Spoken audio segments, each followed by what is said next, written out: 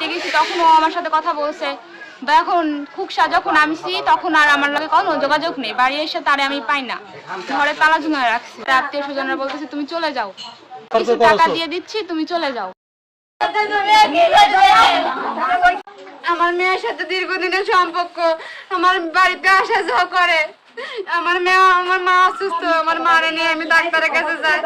আমার বাড়ি থেকে আমার মেয়েরা ফুসলাই নিয়ে চলে আসে।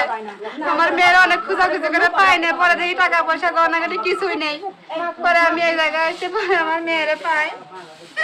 এখন শুনে আমার মেয়ের বিয়ে হয়ে গেছে, ছেলের মা বাপ মাইনে নিচ্ছে না, বাড়ি থেকে বের করে দিয়েছে, অত্যাচার করতেছে, ছেলের অন্য জায়গায় সরাই রাখছে ভবিষ্যতের জন্য। আমার স্বামী নেই, আমি ওই জায়গায় গার্মেন্টস করে আমি টাকা পয়সা গুছাই নিয়ে আসছিলাম বিয়ে দেওয়ার জন্য। 1 লাখ টাকা আর 8 আনে স্বর্ণের সেট আর 4 আনে কানের দুধ, এগুলো নিয়ে চলে আসে। আর একটা ডাস্টবিন আর একটা ব্যাগ। আমার মেয়ে ক্লাস 8 পড়তো, আমি পড়ালেখা খরচা দিতে পারি না দেখে 3 বছর ধরে পড়ালেখা বাদ দিয়েছে।